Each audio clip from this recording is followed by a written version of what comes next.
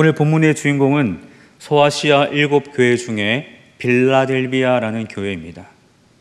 여러분, 지금도 우리 교회 이름 중에 빌라델비아 교회라고 교회 이름을 짓는 교회가 있지 않습니까? 이 빌라델비아라는 이 교회의 별명은 열린 문 교회라는 뜻입니다. 그래서 빌라델비아 교회라는 이름도 있고 열린 문 교회라는 이름도 있습니다. 우리 대구에도 그 이름으로 교회 이름을 지은 교회들이 있거든요. 그 빌라델비아 교회를 통하여서 하나님은 말씀하시고 그 교회의 아름다운 모습이 우리 가운데 도전을 줍니다. 오늘 본문이 여러 절로 기록되어 있지만 이 빌라델비아 교회의 그 믿음의 이야기를 성경은 아주 간단하게 한 절로 요약하고 있습니다. 8절 말씀을 보십시오. 우리 8절 말씀 다 함께 읽겠습니다. 시작. 내가 내 행위를 아노니 네가 작은 능력을 가지고서도 내 말을 지키며 내 이름을 배반하지 아니하였도다. 아멘. 또 10절 말씀이 이 8절에 조금 보충을 하고 있습니다. 10절 말씀 상반절 말씀 같이 읽겠습니다. 시작. 네가 나의 인내의 말씀을 지켰은즉. 아멘. 여러분, 빌라델비아 교회가 어떤 교회였는지를 오늘 이렇게 소개하고 있습니다. 이 8절 말씀은 빌라델비아 교회를 향한 칭찬이면서 칭찬에서 나아가 극찬을 하고 있습니다. 하나님께서 빌라델비아 교회를 극찬하고 있는 거죠. 빌라델비아 교회는 작은 능력을 가졌다 이렇게 말씀하고 있습니다. 작은 능력, 작은 능력, 이 두 단어로 이루어져 있지 않습니까? 여러분, 우리는 어디에 더 주목합니까? 작은입니까? 아니면 능력입니까? 어디에 초점을 맞추느냐에 따라서 완전히 다른 모습을 보일 수 있습니다. 작은이라는 말에 집중하게 되면 아무것도 할 수 없습니다. 작은데 무엇을 하겠습니까? 비관하게 되고 부정적이게 되고 뭔가 이렇게 하려는 의지를 가지지 못하는 거죠. 하지만 능력이라는 말에 집중하게 되면 헌신하게 됩니다. 더욱더 열심을 낼 수 있는 거죠. 빌라델비아 교회는 작은 능력이라고 일컬어지는 교회였지만 우리는 작지만 능력이 있다는 그 믿음을 가지고 하나님 앞에 헌신한 교회가 바로 이 교회였습니다. 작은 능력 없는 게 아니죠. 우리도 마찬가지입니다. 우리 모든 성도님들 어쩌면 이렇게 생각하는 분들 계실 수 있죠. 나는 너무 작은 능력, 나는 너무 부족해, 나는 가진 게 없고 나는 능력도 없고 아무것도 할 수 없어, 그렇게 생각할 수 있습니다.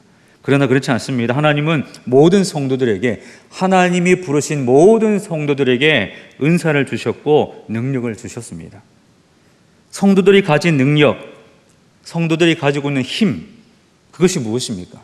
믿음입니다. 믿음이 능력이요 힘이 되는 거죠. 그럼 믿음이란 무엇인가? 믿음이란 무엇인가? 오늘 이 믿음이란 무엇인가에 대한 답을 빌라델비아 교회 성도가 또 그 교회가 보여주고 있습니다. 믿음이란 두 가지의 내용이죠. 첫 번째, 예수 그리스도를 구주로 고백하는 그 고백. 두 번째, 하나님 말씀을 붙드는 것. 이 두 가지 믿음의 핵심을 빌라델비아 교회는 우리에게 보여주고 있습니다. 8절 말씀을 다시 보십시오. 내가 내 행위를 나누니 네가 작은 능력을 가지고서도 내 말을 지키며 내 이름을 배반하지 아니하였도다, 이렇게 말씀하고 있습니다. 여러분, 이것이 쉬운 일이었을까요? 말씀을 지키고 예수 그리스도의 이름을 부인하지 않는 것이 당시 빌라델비아 교회 성도들에게 쉬운 일이었겠습니까? 절대로 그렇지 않습니다. 환경이 너무나도 어려웠습니다. 그 어려운 환경을 보여주는 구절이 9절입니다. 9절에 보면 사탄의 회당 곧 자칭 유대인이라 하나 그렇지 아니하고 거짓말을 하는 자들이 있었다. 한마디로 사탄이죠. 사탄이 빌라델비아 교회를 공격하고 있었습니다. 흔들고 있었죠. 교회를 무너뜨리려고 온갖 계략으로 교회를 삼키려고 어려움을 주고 있었습니다. 얼마나 힘들었겠습니까? 사탄의 공격을 받는 교회. 그럼에도 불구하고 그들이 하나님 앞에 영광 돌린 모습이 8절 말씀에 기록되어 있는 것이죠. 첫 번째, 그들은 예수 그리스도 그 이름 부르는 것을 멈추지 않았습니다. 예수님을 시인하는 일을 그들은 멈추지 않았습니다. 수많은 저항이 있고 예수 그 이름을 부정하게 만드는 많은 삶의 환경과 여건들이 있었지만 그럼에도 불구하고 그들은 예수님의 이름을 배반하지 않았습니다. 더 힘써 어려울수록 고난이 더 클수록 그들은 예수 그 이름을 부르면서 그 이름에 소망을 둔 사람들이었습니다. 예수님 이름 부르면서 고단한 삶을 이겨내었던 성도들이 빌라델비아 교회 성도들이었습니다. 우리가 잘 아는 찬송가 93장이 있습니다. 93장 제목은 예수는 나의 힘이요 라는 찬송입니다. 예수는 나의 힘이요. 잘 아시지 않습니까? 이 찬송가를 만드신 분이 윌리엄 톰슨이라는 분입니다. 이 윌리엄 톰슨 이분이 원래는 대중적인 가요를 만드는 그런 분이었습니다. 가요를 만들어서 대중으로부터 선풍적인 인기를 누리면서 유명세를 타고 있던 그런 사람이었습니다. 그런데 그렇게 대중의 인기는 한 몸에 받았지만 왠지 모르게 그 마음 한켠에 허전함을 채울 수가 없었습니다. 그러던 어느 날 세계적인 복음 전도자 무디를 만나게 됩니다. 세상의 유명세를 타고 있던 그 톰슨에게 무디 이분이 조언을 합니다. 당신이 만든 곡은 정말 아름다운 곡입니다. 많은 사람들이 좋아하죠. 그런데 지금부터는 하나님을 찬양하는 곡을 좀 만들면 어떨까요? 사람들을 주님께로 인도하는 노래를 만들어 보면 참 좋겠습니다. 그 무디의 말을 듣고 톰슨이 그때부터 달라지기 시작했습니다. 하나님 주신 재능으로 하나님께 영광 돌리는 노래를 만들어야겠다, 찬양을 해야겠다라고 생각하고 곡을 많이 썼습니다. 하나님 중심으로 살아가면서 예수 그리스도 그 이름을 부르면서 하나님께 영광 돌리는 길을 걸어갔던 것이죠. 57세가 되던 1904년도에 자기가 본인이 만든 찬송가를 책으로 출판하기 위해서 이제 삶을 정리하며 그 자신의 이야기를 간증으로 글로 옮기기 시작합니다. 글을 쓰면서 톰슨은 자신에게 이렇게 질문합니다. 나에게 있어 예수님은 누구신가? 나에게 있어 예수 그리스도는 누구인가? 스스로의 질문에 그는 이렇게 대답했다고 합니다. 예수님은 제 가장 친한 친구입니다. 예수님은 제 모든 것입니다. 예수님이 없다면 저는 금방 쓰러지고 말 것입니다. 예수님은 영원한 생명을 우리에게 주셨고 세상이 줄 수도 빼앗을 수도 없는 기쁨을 주셨습니다. 이 고백을 하나님 앞에 드린 거죠. 그리고 이 고백을 담아서 곡을 만들고 또 가사를 기록하여서 그렇게 우리가 지금 부르고 있는 곡이 바로 찬송가 93장 예수는 나의 힘이요 라는 찬송입니다. 이 93장 1절부터 4절까지 매 절마다 반복되는 첫 구절이 무엇입니까? 예수는 나의 힘이요. 예수는 나의 힘이요. 예수는 나의 힘이요. 예수는 나의 힘이요. 정말 그렇죠. 예수는 나의 힘이요. 예수 그리스도 그 이름을 부를 때에 세상이 알 수 없는 그 힘이 우리에게 생기는 것 아니겠습니까? 오늘 이 93장 찬송을 우리 함께 부를 수도 있겠지만 저는 이 93장 찬송의 가사를 우리의 고백으로 하나님 앞에 좀 드렸으면 좋겠다는 그런 생각이 들었습니다. 그래서 이 찬송과 가사를 묻고 답하는 문답 형식으로 제가 편집을 좀 해보았습니다. 자막을 보시면서 정말 우리의 고백을 하나님 앞에 올려드린다는 마음으로 저와 여러분이 묻고 답하는 그 시간을 좀 가졌으면 좋겠습니다. 제가 묻고 여러분 답하시면 됩니다. 마음의 고백을 담아서. 눈물이 앞을 가리고 내 마음에 근심 쌓일 때 위로하고 힘주실 분이 누구십니까? 예수 그리스도. 햇빛과 비를 주시며 귀한 열매를 주시는 분이 누구십니까? 예수 그리스도. 주야로 보호하시며 바른 길 가게 하시니 의지하고 따라갈 분이 누구십니까? 예수 그리스도. 한없는 복을 주시고 영원한 기쁨 주시는 나의 생명, 나의 기쁨 되시는 분이 누구십니까? 예수 그리스도. 그렇습니다. 예수 그리스도. 예수 그리스도. 여러분, 힘들 때에 예수님 이름 불러보셨습니까? 고통이 물밀듯 몰려올 때에 예수 그리스도 그 이름 불러보셨습니까? 아무도 알 수 없는 상처가 나에게 다가올 때에 예수 그리스도 그 이름 불러보셨습니까? 예수 그리스도 그 이름 부를 때에 그 이름이 우리에게 능력이 되고 힘이 될 줄로 믿습니다. 우리가 걸어가는 길을 흔히 우리는 광야라고 표현합니다. 여러분, 광야. 쉬운 것이 하나도 없는 곳이 광야지 않습니까? 무엇 하나 쉬운 것이 없는 곳이 광야입니다. 우리의 삶이 그렇죠. 우리의 걸어가는 인생이라는 것이 때로는 우리가 아까 찬양도 우리가 드렸지만 광야로 비유되는 것이 우리 인생이기도 합니다. 삶을 살아가면서 다 경험하셔서 아시겠지만 무엇 하나 쉬운 것이 하나도 없습니다. 갑자기 질병을 만나기도 하고요. 생각지도 못한 사고를 당해서 수술하기도 하고 입원하기도 하고 전혀 예상치 못한 일을 만나서 당황하기도 하고 쉬운 것이 하나도 없는 것이 우리가 살아가는 삶이라고 그렇게 우리가 얘기하지 않습니까? 무슨 힘으로 그 길을 걸어가야겠습니까? 무슨 힘으로 그 광야의 길을 걸어갈 수 있을까요?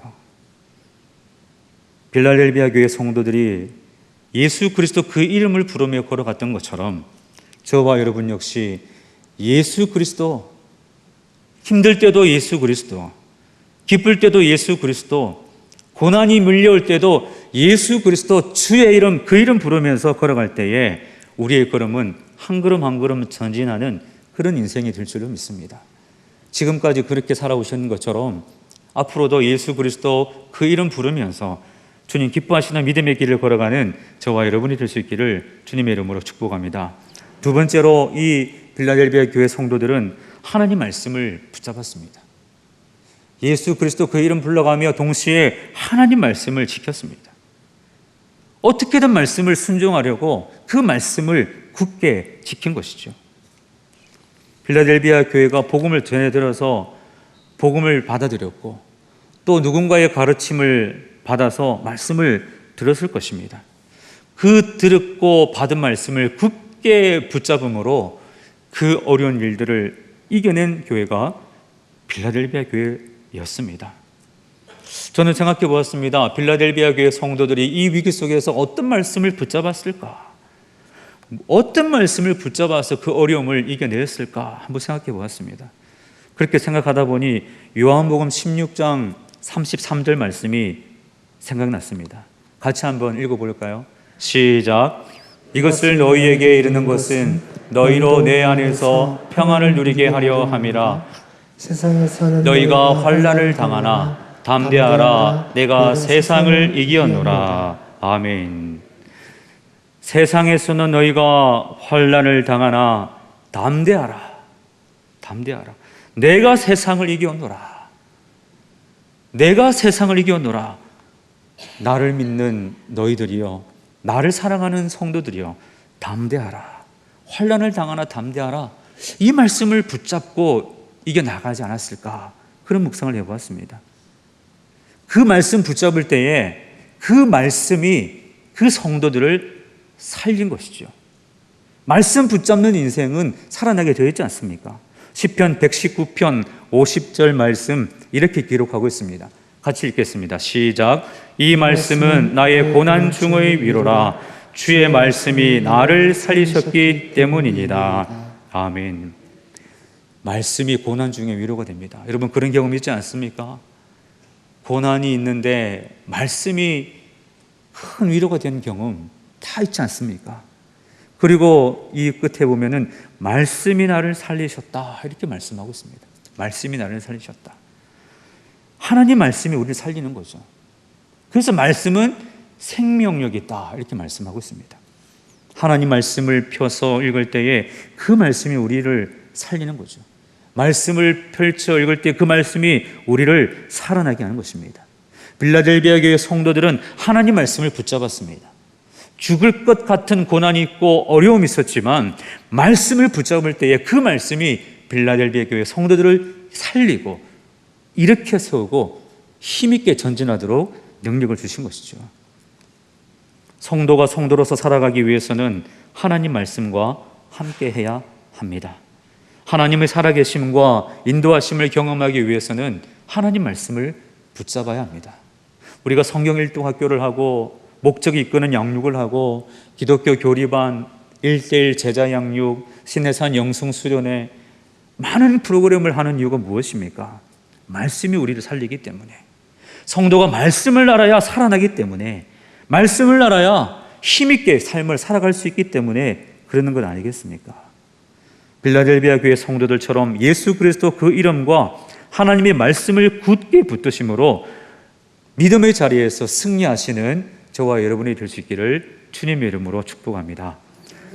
그렇게 작은 힘이었지만, 작은 능력이었지만 그렇게 믿음으로 몸부림친 이 빌라델비아 교회 성도들에게 하나님은 큰 복으로 갚아주셨습니다.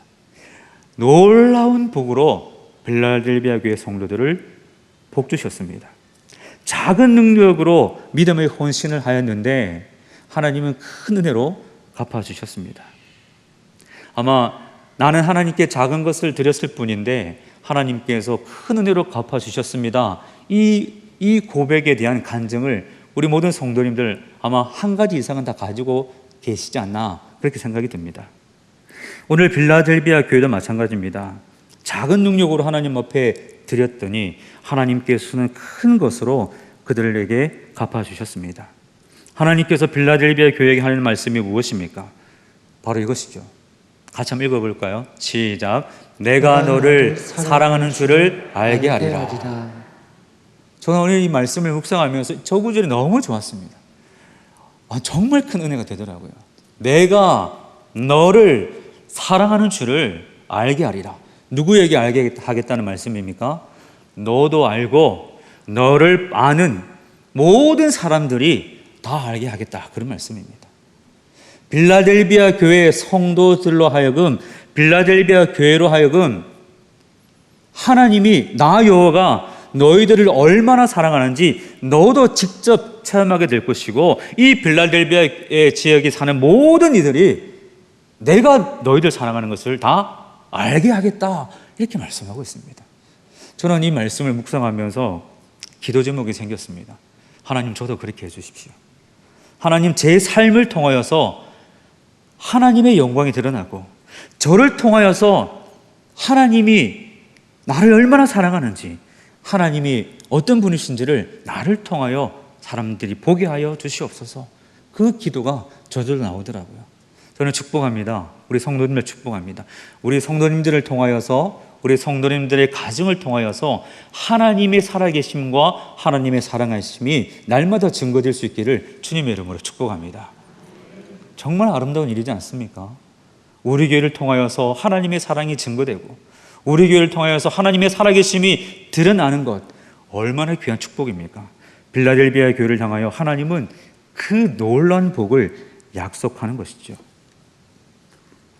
하나님의 역사심이, 하나님의 사랑이 이와 같습니다. 하나님은 사랑이라고 말씀하시는데 사랑은 드러나는 것이죠. 하나님의 사랑이 드러나는 방식이 바로 이와 같다는 겁니다. 성도를 사랑하시는 모습을 통하여 하나님의 사랑은 드러나고 있습니다. 교회를 사랑하시는 하나님의 그 역사심을 통하여 하나님의 살아계심과 사랑을 증거되고 있습니다. 그 많은 모습 중에 한 부분을, 한 장면을 우리는 창세기에서도 발견할 수 있습니다. 요셉의 삶입니다. 이 요셉이 형들에 의해서 팔려서 애국 친위대장, 바로의 친위대장 보디발의 집에 팔려가지 않습니까? 그런데 그 보디발의 눈에 요셉을 지키시는 하나님이 보이더라라고 성경 기록합니다. 창세기 39장 3절 말씀 같이 읽겠습니다. 시작. 그의 주인이 여호와께서 그와 함께 하심을 보며 또 여호와께서 그의 범사에 형통하게 하심을 보았더라. 아멘. 간단하게 줄이면 그의 주인이 보았더라, 이렇게 말씀하고 있습니다. 무엇을 보았습니까? 요셉과 함께 하시는 하나님을 보았다는 거죠. 요셉의 삶을 가만히 보고 있는데 그 요셉의 삶에서 하나님이 보이더라는 겁니다. 빌라델비아 교회를 가만히 보고 있으니 그 빌라델비아 교회를 통하여서 하나님이 보이고, 하나님의 역사하심이 보이고, 하나님의 능력이 보이더라는 겁니다. 놀라운 복이지 않습니까? 이 하나님의 사랑하심, 하나님의 축복이 구체적으로 어떻게 나타나고 있는지를 오늘 본문은 우리에게 말씀하고 있습니다. 첫 번째로 하늘 문을 열어주셨다, 이렇게 성경은 말씀하고 있습니다. 하늘 문을 열어주셨다. 여기 하늘 문이라는 것은 천국 문이죠. 천국 문. 누가 열어주셨습니까? 7절에 보면은 다윗의 열쇠를 가지신 이라고 말씀하고 있습니다. 다윗의 열쇠를 가지신 분은 예수 그리스도를 가리키는 표현인데, 예수 그리스도가 열쇠를 가지고 있습니다. 무슨 열쇠입니까? 천국 열쇠. 닫으면 열 자가 없고 열면 닫을 자가 없는 그 천국문의 열쇠를 예수님이 쥐고서 구원과 심판을 주관하시는데, 이 작은 능력으로 헌신한 빌라델비아 교회를 향하여 천국문을 활짝 열어주셨습니다. 놀라운 하나님의 축복이죠. 두 번째로 사탄이 무릎 꿇게 하신다고 말씀하고 있습니다. 사탄이 무릎 꿇게 한다. 유대인들의 회당과 같은 사탄이 공격할 때에 그 사탄을 빌라델비아 교회 앞에 무릎 꿇게 하심으로 승리를 허락해 주시겠다 말씀하셨습니다.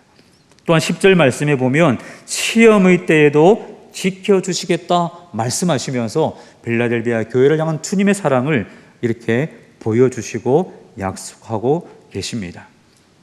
그 주님이 빌라델비아 교회를 향하여 마지막 하시는 권면의 말씀이 있는데, 그 마지막 권면이 11절 말씀입니다. 11절 말씀 제가 읽겠습니다. 내가 속히 오리니 네가 가진 것을 굳게 잡아 아무도 내 면류관을 빼앗지 못하게 하라. 아무도 너의 면류관을 빼앗지 못하게 하라. 내가 속히 오리니 네가 가진 것을 굳게 잡아. 여러분, 빌라델비아 교회가 잡은 것이 무엇입니까? 예수 그리스도 그 이름을 시인하는 것과 하나님 말씀 붙잡는 것, 그것을 더욱 굳게 잡아서 주님 올 때까지 그 길을 걸어가라, 이렇게 말씀하고 있습니다.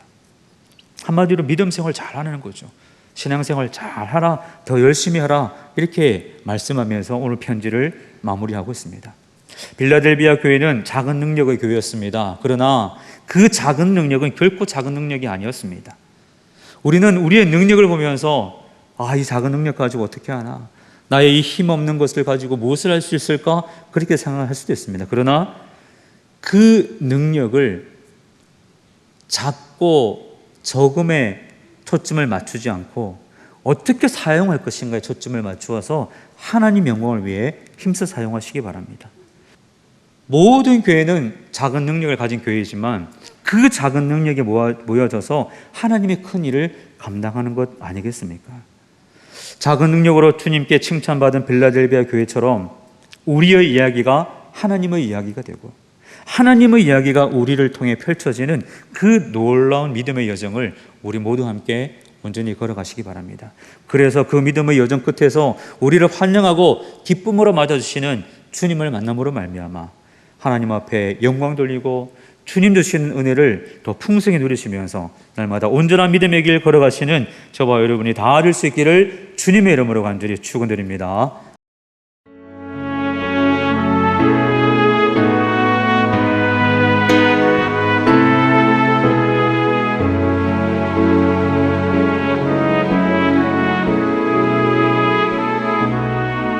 주님 앞에 섭니다.